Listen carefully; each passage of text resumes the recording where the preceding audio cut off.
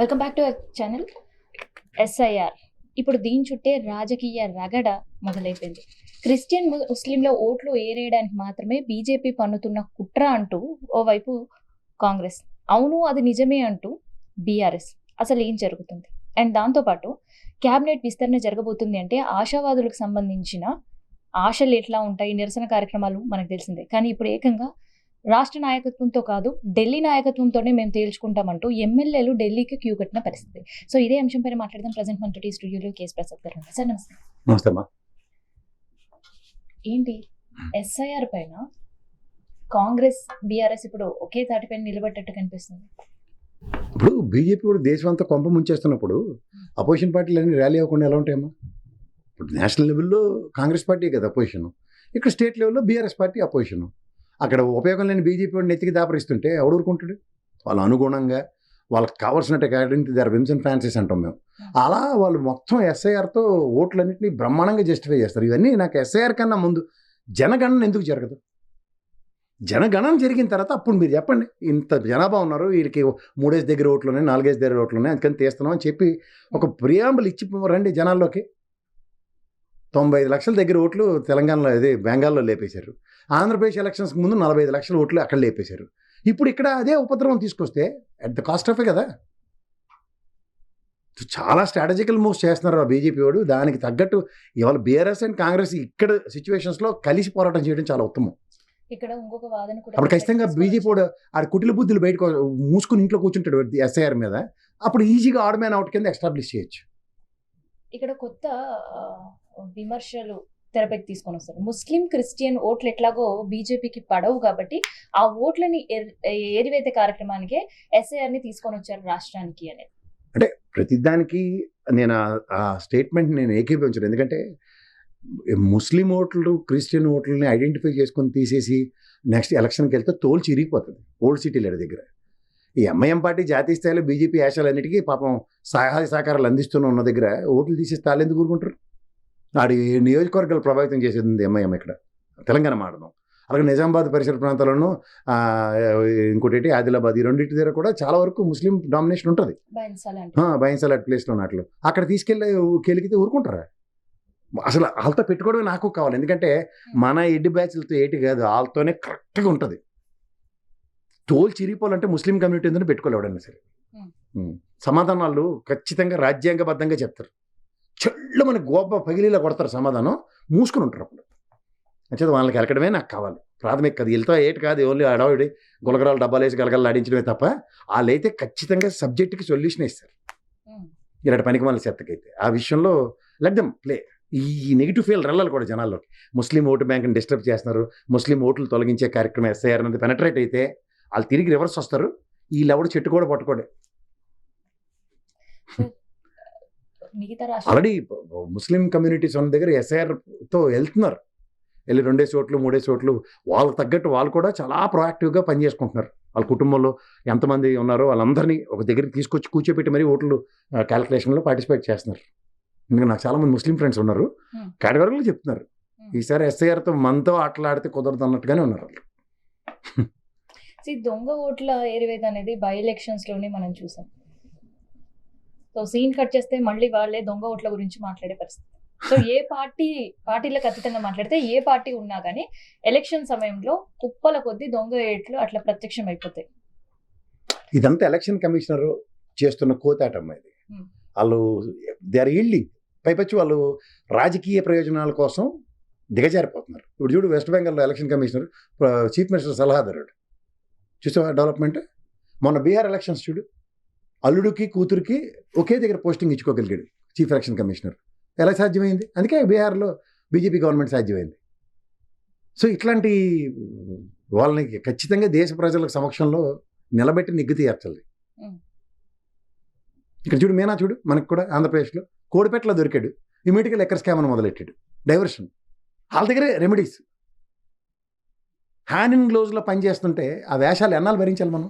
అసలు ఈసారి అనేది ఎస్ఐఆర్ సక్సెస్ అయ్యే పరిస్థితి ఉంటుందా, లేదంటే ఏదో హడావిడి చేయడం, కొన్ని ఓట్లు తీసేయడం, మళ్ళీ ఎలక్షన్ టైంకి దానికంటే మించి ఓట్లు ప్రత్యక్షం అవ్వడం, ఇదే సీన్ జరుగుతుంది. అందుకే జనగణన చేయండి అని మొత్తుకుంటున్నాను. నా ఫస్ట్ రిక్వెస్ట్ ఏదంటే దేశ జనాభా గణించండి. ప్రాంతాల వారీగా ప్రాంత ప్రయోజనాలు, ఇప్పుడు ఉదాహరణకి అతను ఇక్కడ ఉద్యోగం చేస్తున్నాడు అనుకోండి, ఇక్కడ స్థానికతను ఇవ్వండి. దానివల్ల ఏమవుతుంది, డిస్పర్స్మెంట్ ఆఫ్ పీపుల్ అరౌండ్ జరుగుతుంది. ఎంతసేపు తెలంగాణలో ఉన్న 4 కోట్లు 5 కోట్లు లేదా 3 కోట్లని మనని కుదించడం కాదు. చంద్రబాబు నాయుడు లాగా తలా తొక్కలని దిక్కుమాల డెసిషన్లు ఇచ్చి 3 పిల్లలు 4 పిల్లలు కాదు. ఇప్పుడు ఉత్తరప్రదేశ్ వాడు వచ్చి ఇక్కడ పనిచేస్తున్నాడు, ఐడెంటిటీ ఆఫ్ ఆంధ్రప్రదేశ్ ఇవ్వండి. ఖచ్చితంగా ఇక్కడ జనాభా కన్సిడరేషన్స్ పెరుగుతాయి కదా. ఇక్కడ 4 కోట్ల బదులు 6 కోట్ల ప్రజలు ఉన్నారు. ఎక్కడెక్కడి నుంచి మీరే చెప్తారు మళ్ళీ. హైదరాబాద్ కేంద్రంగా 1 కోటి మంది పైసలుగా వేరే ప్రాంతాల నుంచి వచ్చి పనిచేస్తున్నారని, లక్షలాది మంది పనిచేస్తారు. ఈ జోన్స్లో ఎక్కడెక్కడైతే పనిచేస్తున్నారో పని చేసే వాళ్ళని ఇక్కడ రాష్ట్రాల తరఫున గణిస్తే ప్రజల పాపులేషన్ పెరుగుతుంది. అక్కడి నుంచి మీరు ఇచ్చే డెవలప్మెంట్ ఫండ్స్ కూడా పర్ఫెక్ట్గా వస్తాయి జనాభా ప్రాతిపదిక మీద. అందుకని ఉత్తరప్రదేశ్ వాడికి ఎప్పటికీ హైయెస్ట్ పాపులేషన్ ఉత్తరప్రదేశ్లోనే ఉంది, నెక్స్ట్ బీహార్ ఉంది, నెక్స్ట్ మధ్యప్రదేశ్ ఉంది, మీరు టికెట్ కూర్చోడం కాదు. బీహార్ వాడు ఇక్కడ వచ్చి పని చేసుకుంటాడు, వెస్ట్ బెంగాల్ వచ్చి ఇక్కడ పని చేస్తున్నాడు, ఒరిస్సా వాళ్ళు వచ్చి ఇక్కడ పని చేస్తారు, మణిపూర్, మేజోరం, అస్సాం వీళ్ళందరి నుంచి వచ్చి పని చేస్తారు. ఇక్కడ ఐడెంటిటీ ఇవ్వండి. ఇక్కడ ఆంధ్రప్రదేశ్ ఐడెంటిటీ ఇచ్చి ఎస్ స్టిపులేటివ్ టైంలో ఉన్నప్పుడు చేయండి. మోర్ దాన్ 2 years ఉన్నా లేకపోతే 2 years పైన ఇక్కడ, లేకపోతే ఈ 5 years టర్మ్ ఇక్కడే ఉంటున్నారంటే ఇక్కడ ఓటు హక్కు వినియోగించి తీరాలి. ఇప్పుడు ఆధార్ కార్డు ఎన్ని మార్పులు చేస్తున్నాం, మొబైల్ నెంబర్ మారితే మార్చుకుంటున్నాం, అడ్రస్ చేంజ్ అయితే మారుస్తున్నాం. ఇన్ని వెసులుబాట్లు ఆధార్ కార్డుకి ఇచ్చినప్పుడు ఓటర్ కార్డుకి ఎందుకు ఇవ్వరు మీరు? The same access if you have given for a voter card, it's a matter of fact for them. ప్రాంతాలు మారినప్పుడు కూడా సేమ్ ఐడి అనేది అడ్రస్ మాత్రమే. ఇప్పుడు మున్సిపల్ వ్యవస్థ కూడా ఓటర్ వ్యవస్థను ఎలా అనుసంధానించాలి? ఈ పొద్దున్నే రోడ్లో స్వీపర్లు ఉంటారు చూడు, చెత్త ఎత్తే వాళ్ళందరూ ఉన్నారు, తప్పని నేను అన్నాను. వాళ్ళతో మీరు ఎందుకు కోఆర్డినేట్ చేసుకోరు? ఇక్కడ ఈ పర్టికులర్ అపార్ట్మెంట్లో ఎంతమంది అదర్ దాన్ తెలంగాణ వాళ్ళు ఉన్నారో వాళ్ళని అడిగితే చెప్పేస్తారు. ప్రైమరీ ఇన్ఫర్మేషన్, ప్రైమరీ ఇన్ఫర్మేషన్తో నెక్స్ట్ మున్సిపల్ అథారిటీస్ని పంపించి నా మా ఇంటికి కూడా వస్తుంటారు. అంటే వీళ్ళు ఓడిపోయింది సార్, అక్కడ ఉన్నాడా లేడా అని చెక్ చేసుకోవడానికి వస్తుంటారు. నేను ఆ లిస్ట్లో వీళ్ళెవరి పేర్లు ఉండవు.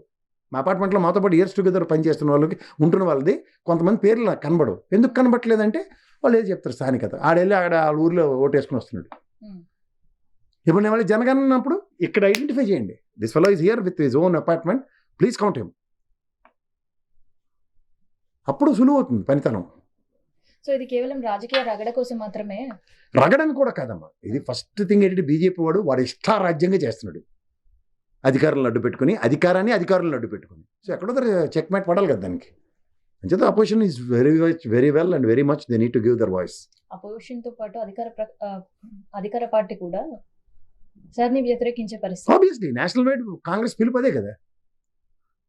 సో ఆబ్వియస్లీ ఈ స్టేట్లో ఖచ్చితంగా సదరన్ స్టేట్లో ఇప్పుడు 3 స్టేట్లు ఉన్నాయి. They need to give a proper dissent. ఇంకో పక్క గవర్నమెంట్ క్యాబినెట్ విస్తరణ, చాలా మంది ఆశావాదులు ఉంటారు. కానీ ఈసారి రాష్ట్ర నాయకత్వంతో ఏమీ ప్రయోజనం లేదనుకున్నారా, లేదంటే హోప్లెస్ గా అయిపోయారా? ఢిల్లీ నుంచి రాజకీయాలు నడిపే పరిస్థితి అక్కడ ఇంకా ఘోరంగా ఉంది. అలాగే డైరెక్ట్ డబ్బులు అడిగేస్తుంది. ఎన్ని డబ్బులు పెట్టగలవు, ఎన్ని కేరళ ఎలక్షన్కి ఎంత పెట్టగలవు, రాజ్యసభలు అడిగినా, పోరాటాలు చేసిన వాళ్ళు అడిగినా అలాంటి బేరాలు ఆడుతున్నారు. అది సర్వసాధారణం అమ్మా. ఢిల్లీ లాబింగ్లతో తప్ప ఇక్కడ ఏం పని అవదని కాంగ్రెస్లో ఉన్న ప్రతి ఒక్కరికి తెలుసు. So definitely they use their own channels and they choose their own moves also. ఇక్కడ వెళ్తూ అయిపోయి ముఖ్యమంత్రి అది ఒక్క రాజశేఖర గారికి ఒక్కరికే చెల్లింది. ఆయన అనుకున్న క్యాబినెట్, ఆయన అనుకున్నవాడికి ఎమ్మెల్యే టికెట్లు. వీళ్ళు ఎవరితో అంత సీన్ లేదు, ఉండదు కూడా. సో అంచేత ఇవాళ రంగారెడ్డి జిల్లా వాళ్ళు మల్లారెడ్డి గారు, ఇంకో ఆయన పేరు ఏంటమ్మా, మోహన్ రెడ్డి గారు, వీళ్ళిద్దరూ వెళ్ళి ఢిల్లీ లెవెల్లో మాట్లాడడం కరెక్టే. మోహన్ రెడ్డి ముఖ్యంగా ఆయన కుటుంబంతో వెళ్ళాడు, రాహుల్ గాంధీ గారిని కలిసి వచ్చాడు. ఆయన చేసిన పని మంచిదే. ఎందుకంటే ఇయర్స్ టుగెదర్ ఇక్కడ ఉండి జీవన్ రెడ్డి రిలేటెడ్ సముచిత న్యాయం జరిగినప్పుడు ఇక్కడ ఉన్న అధిష్టానానికి అక్కడ ఉన్న అధిష్టానానికి డిఫరెంట్ జోనర్స్లో వెళ్తున్నప్పుడు ఏదో ఒక జోనర్ నమ్ముకోవడం బెటర్ కదా. అంటే ఇక్కడ రాష్ట్ర నాయకత్వం పైన వీళ్ళు హోప్లెస్. శ్రీధర్ బాబు గారు సార్ ఒక సందర్భంలో ఏమన్నాడు, ముఖ్యమంత్రి అయినా సీల్డ్ కవరే, వాళ్ళు జనరేట్ చేస్తారు అంతే. సో అందుకని ఏమవుతుందంటే ఎవరి ఉద్యోగం కూడా సంపాదించుకోవడానికి రెజ్యూమ్ తయారు చేసుకుని వెళ్ళాలి కదా. ఉద్యోగ సాధన ఖచ్చితంగా ఉద్యోగ సాధనలో ఉండి ఇప్పుడు 64 మందిలో ఇప్పుడు క్యాబినెట్లో ఎంతమంది ఉన్నారో చూసుకుని మిగిలిన అందరూ కూడా రెజ్యూమ్ పట్టుకుని ఢిల్లీ తిరగవలసిందే. మునుగోడు ఎమ్మెల్యే పరిస్థితి ఏంటి? ఆయనది ఇప్పుడు ఒకటి సక్సెస్ అయింది, బండి సంజయ్ కొడుకు అరెస్ట్.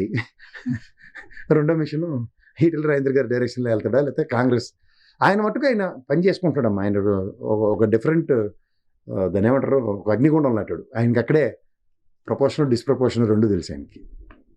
సో మంత్రి పదవి పైన ఎన్నో సందర్భాల్లో పార్టీని ఏకంగా ముఖ్యమంత్రిని నిలదీయడం. కానీ నాకు ఒక కోఇన్సిడెన్స్ చూసావా, రంగారెడ్డి జిల్లా నుంచి 2-3 మంత్రి పదవులు ఉన్నా తప్పు లేదని మాట్లాడిన మల్రెడ్డి గారు నా కాంట్రాక్ట్ బ్రదర్స్ ఒకే కుటుంబం నుంచి 2-3 ఉన్నా తప్పు లేదన్న కోణం 2 జస్టిఫై అవుతున్నాయి. Yes. నువ్వు గమనించినది.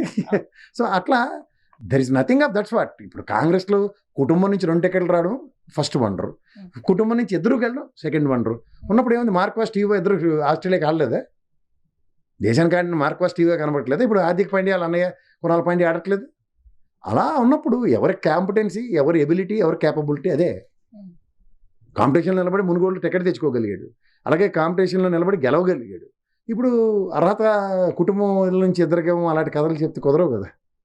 For Munugode is happen to be MLA అంచేత ఆయనకి ఆ క్రైటీరియా జస్టిఫై అవ్వాల్సిందే. ఆయనకి మినిస్ట్రీ సర్వహక్కులు ఉన్నాడు. సో బీఆర్ఎస్ మిషన్ భగీరథ అయిపోయింది. నెక్స్ట్ క్యాంపెయిన్ ఇంకొకటి సోషల్ మీడియాలో చాలా వైరల్ అవుతుంది, బర్తరఫ్ బండి సంజయ్. అది జరుగుతుంది. మోడీ రాగానే అవసరాలు తీసేస్తారు, దరిద్రం వదిలిపోద్ది. ఈసారి కరీంనగర్ ప్రజలు ఎలా ఎలిమినేట్ చేస్తారన్నది చూడాలి. అంటే ఇది ఎక్కడ తథ్యం. కేవలం మంత్రి పదవి మాత్రమే కాదు, కేంద్ర మంత్రి పదవితో పాటు ఎంపీకి కూడా ఆయన రిజైన్ చేయాలి అనే క్యాంపెయిన్ కూడా జరుగుతుంది. అంత లాల్ బహదూర్ శాస్త్రి నాడు ఊహించుకోకండి, కానీ కొడుకునే అపచెప్పలేపాడు, వదులుతాడా? ఈయనకి ఒకటి ఏడిస్తే కొడుకు అది ఏడుస్తుందని మనం అనుకోవచ్చు. ఈయనకే ఏడవనప్పుడు ఇంకేటి ఉంటుంది కొడుకు. చేసిన తప్పును తండ్రి అంగీకరించట్లేదు, కానీ కొడుకు మాత్రమే అంగీకరించడు. కొత్త సెక్షన్స్ కూడా బాధిత మైనర్ అమ్మాయిని దృష్టిలో పెట్టుకుని అడిషనల్ గా సెషన్స్ కూడా యాడ్ చేసిన పరిస్థితి. ఖచ్చితంగా యాడ్ అవుతాడు. రేవంత్ రెడ్డి గారు ఇంటర్వ్యూ చూడు, కాంక్లేవ్లో చాలా కేటగిరీగా చెప్పాడు ఆయన. బాధ్యత మనకు ఉండాలమ్మా. మా మిత్రులు కొంతమంది వీడియోలు కూడా నాకు చెప్తున్నారు, ఇలా ఇది మొన్న అబ్బాయి అదేంటమ్మా సిరీస్ ఒకటి వచ్చింది, వెబ్ సిరీస్, ఉత్తరప్రదేశ్ బేస్ చేసుకుని మోజా, ఇది మునాబా. సో దాంట్లో అలాగే తండ్రి కొడుకు ఇలాంటి యదవ పనులు చేసుకుని ఉంటాడు. సో అలాగే ఈడేమైనా ఉత్తరప్రదేశ్ టైప్లో ఇక్కడ ఏమైనా ప్రదర్శిద్దామని చేస్తే టెంకు తీసింది పోలీసులు. అంటే ఒకటి పెద్ద పోటుగల్లా సరెండర్ అయ్యాడు. ఆవిడ డిఎస్పీ ఎవరో 5 అవర్స్లో నేను పట్టుకుంటాను, వాళ్ళు వదిలి సీనే లేదని చెప్పింది ఆవిడ. సో ఒకసారి వ్యవస్థతో పిచ్చి పిచ్చి ఆచరిస్తే కొన్నిసార్లు కుదరవు అమ్మ. తర్వాత జడ్జి గారి మీద కూడా వాట్సాప్ ఆఫ్ సోషల్ మీడియాలో బొంబార్డింగ్ బుల్డోజింగ్ అయితే నాకు తెలిసిన ఒక సోషల్ మీడియాకి 25 సోషల్ మీడియా ప్లాట్ఫామ్స్ లో వర్క్ చేస్తున్న వాళ్ళకి నోటీసులు జారీ. ఒక మా మిత్రుడు ఒక సోషల్ మీడియాలో ఆయన కూడా ఉన్నాడు, అతను కమిషనర్ ఆఫీస్కి వెళ్ళి ఎఫ్ఐఆర్ రిజిస్టర్ చేశాడు ఇన్ ప్రొటెక్షన్ ఆఫ్ జడ్జి గారు. ఇవన్నీ జరుగుతున్నాయి సర్వసాధారణంగా, ఎందుకంటే people are working with concern. So ఆ కన్సర్న్ ఉన్న దగ్గర నేను నా జీవితంలో నేను ఎప్పుడు పోలీస్ వ్యవస్థ గురించి ఎప్పుడు మాట్లాడను, ఎందుకంటే దే ఆర్ సాక్రిఫైసర్స్. ఎక్కడో ఒకటి 1-2 ఇన్స్టెన్సెస్ పట్టుకొని మొత్తం వ్యవస్థనంతా మాట్లాడే హక్కు నాకు లేదు. వాళ్ళు పొలిటికల్ సిచ్యువేషన్స్లో పొలిటికల్ కబంధ హస్తాల్లో నలిగిపోతున్నారు. సో దాంతో అలాగే వ్యవస్థ, న్యాయ వ్యవస్థ ఎక్కడో దగ్గర ధర్మ పరిరక్షణ జరుగుతుంది. ఇప్పుడు చూడు, తప్పించుకుపోయాడు, అక్కడికి శతకొండీలు దాక్కుని చచ్చాడట. ఇంత బతికి ఇంటి వెనకాల సావడం అంటే అది ఎమోషనల్ ఫీల్ అయిపోయావు కదా నువ్వు. ఆ రోజు బండి సంజయ్ ఏంటి మన జంకాన గ్రౌండ్లో మాట్లాడుతూ అలా భార్య గారును కొడుకు వాళ్ళ అమ్మగారు చాలా మానసిక వేదన అనుభవించారు. మరి ఆడపిల్ల ఎంత మానసిక వేదన అనుభవించి ఉంటుంది? నువ్వు ఇంటికి వెళ్ళి బెదిరించినప్పుడు ఎంత మానసిక వేదన అనుభవించి ఉంటుంది? This is not fair. ప్రజాస్వామ్యంలో ఒక పబ్లిక్ డొమైన్లో ఉన్నవాడివి, నీ కొడుకు ఎంతో నీకు ఆ అమ్మాయి కూడా అంతే అవ్వాలి. కష్టం అమ్మాయికి వచ్చినప్పుడు నిలబడవలసిన బాధ్యత నీది ప్రజాప్రతినిధిగా. అంత national home minister, deputy home minister అయ్యి ఉండి ఇదే నీ బాధ్యత. సరే, ఒకవైపు కేసు సంబంధించి సంబంధించిన ఆధారాలు కావచ్చు, సెషన్స్ అడిషనల్గా పెట్టడం కావచ్చు, ఇదంతా జరుగుతుంది. కానీ ఇక్కడ ఒక పక్క అధికార పక్షం కాంగ్రెస్ ఆ కేసుని, ఆ పురోగతిని అంతా తన అకౌంట్లో వేసుకునే ప్రయత్నం. ఇంకో పక్క బీఆర్ఎస్ అవును ఈ కేసుని తెరపైకి తీసుకొని వచ్చింది మేమే అంటూ. మీరెవరు కాదు, మా ఈటెల రాజేంద్రని తీసుకొచ్చి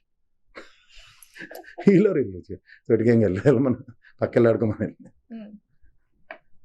సో ఈటెల ద్వారానే కేసు బయటకు వచ్చిందంటారా? ఈటెల మా కౌంటర్ అన్న క్రెడిట్ గోస్ టు దెమ్. ఢిల్లీలో అంత మజాక్ చేస్తారా, అంత తమాషా చేస్తారా ఈటెల సార్కి? ఆయన స్టేజ్ రేటే తెలుస్తుంది. ఇప్పుడు మొన్నే అసలు ఆ స్టేజ్ మీదే లేకుండా అవ్వాల్సింది జస్ట్ మిస్. ఇప్పుడు ఎలా ఉంటుందో చూడు, పదవి చ్యుతుడు అయితే ఎలా ఉంటుందో తెలియాలి. ముఖ్యంగా బండి సంజయ్ విషయంలో తెలియాలి. ఈటెల రాజేంద్ర గారు లాంటి వ్యక్తిని ఢీ కొట్టాలంటే తెలంగాణలో ఎంత ఆత్మస్థైర్యం కావాలన్నది తెలియాలి ఫస్ట్. Thank you sir.